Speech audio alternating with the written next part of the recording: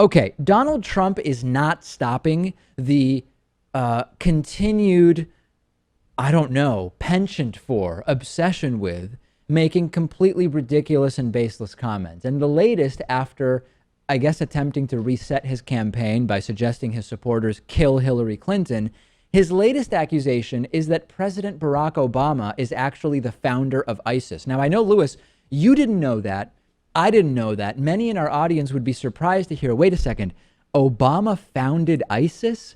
But that is exactly what Donald Trump said last night at another one of these completely laughable rallies where he shows up looking a very strange shade of orange with bizarre notes and just making statements that don't make sense. Let's take a look at the video. To say, ISIS is honoring President Obama.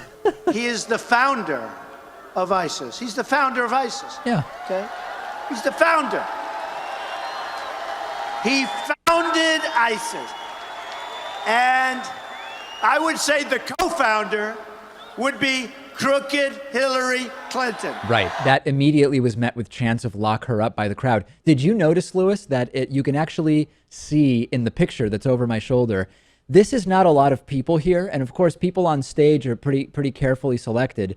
Right here, you will notice a black woman. And right here, you will notice a black man. As we know, Trump polling 0% among black people statistically in some states like Ohio. Talk about pandering, huh? Well, I can tell you he doesn't look happy to be there. You can clearly see his facial expression, and he probably thought, I'll just get paid to do this because no one else will, and I'll sit here and I'll deal with this and listen to Trump. No actual evidence, though, that the people on stage were being paid. Lewis is being facetious. We don't want to be accused, Lewis, of suggesting those people were paid. They may well have been, right, but we just have no evidence to support that. I'm just assuming that he was paid to be there. So what is Trump suggesting? That the foreign policy decisions of Barack Obama created ISIS? I guess that's the sort of point. Because I would say that in that case, George Bush is the founder of ISIS. Well, I was going to get to that, right? Because number one, this is not the first time that Trump has connected Obama to ISIS. A couple of months ago, he tweeted an article from right-wing news website Breitbart, which said the Obama administration was actively supporting al-Qaeda in Iraq, the terrorist group that became the Islamic State.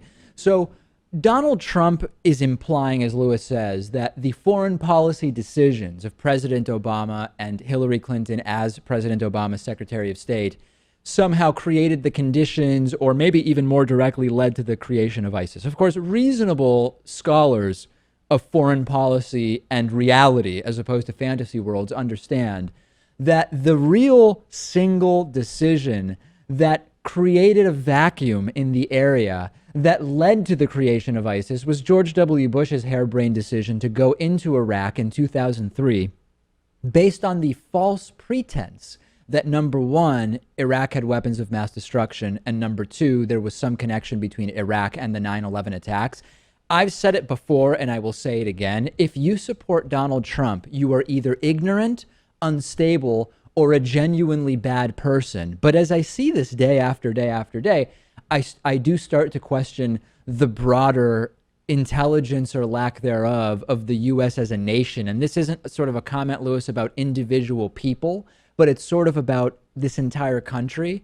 Because although individuals voted for Donald Trump, somehow we've gotten to a place in the United States of America in 2016 where someone like Trump can even become the nominee, who still presents essentially no policy positions at these speeches and says things like Obama founded ISIS and what about killing Hillary? Yeah, you look at his supporters, and I think we all know that most countries, all countries, are full of racist people. That's never going to change. No. Just appealing to xenophobic people is pretty easy to do. But let's face it, our education system is not that great compared to other countries at our level of development. And that's what you could attribute, at least in I part, attribute to a this. lot to our education system, Yeah. and just generally to decades and decades of corporations buying politicians, and I mean, when that happens, your country just crumbles. To sum up, Donald Trump has worked out how he will defeat ISIS as president, but it's sort of a secret until he's elected, because of national security and stuff. But he's going to somehow do it without sending in any U.S. troops, because he was always against the Iraq war and would never do that. Although we know that he actually told Howard Stern in 2002 he was in favor of the Iraq war, but he never mentions that. So I've actually put together a sort of policy guide for what it is that Donald Trump's plan for the Middle East is. And we've had to infer some of this. So number one, Trump has said he's against intervention in the Middle East. He has also said that forcing regime change is bad and overthrowing Gaddafi was bad, although he is on record in 2011 as having said that he's in favor of overthrowing Gaddafi. So a little bit of a conflict there. He's also said the Iraq war was bad and that he never supported it. That's also a lie. He told Howard Stern in 2002 he's in favor of it. And of course, we know that he will kill and torture terrorists as well as their families. But he's against intervention in the Middle East. And lastly, according to Joe Scarborough, based on a conversation he had with someone who was in the room with Trump during a foreign policy briefing, Trump is not quite clear on why we can't just use nuclear weapons to solve all of these problems to begin with. So I can't make heads or tails out of it, Lewis, is where I come away.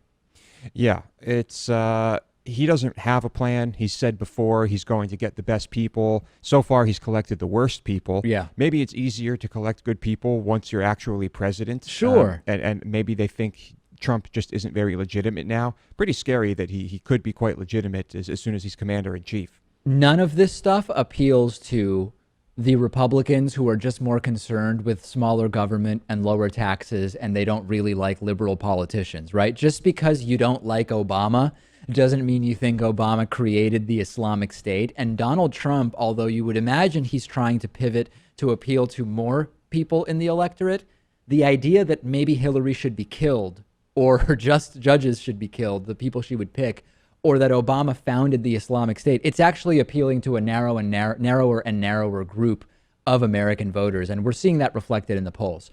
If I'm wrong about any of this, let me know. I'm on Twitter at @Pakman. Warby Parker is offering a free 5-day home try-on to give you the opportunity to check out their glasses. I personally wear Warby Parker glasses when I'm not wearing my contact lenses.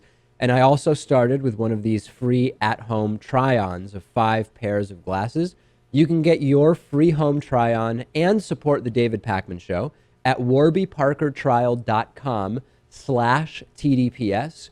I don't really like going into glasses stores and trying on glasses while the salesperson sort of hovers over me. And I like more than 30 seconds to actually figure out whether I like the glasses. So with the Warby Parker home try-on, I was able to pick 5 pairs that I liked, put them on in the comfort of my own home, pick the one I like the most, and then Warby Parker put my prescription lenses in there for me.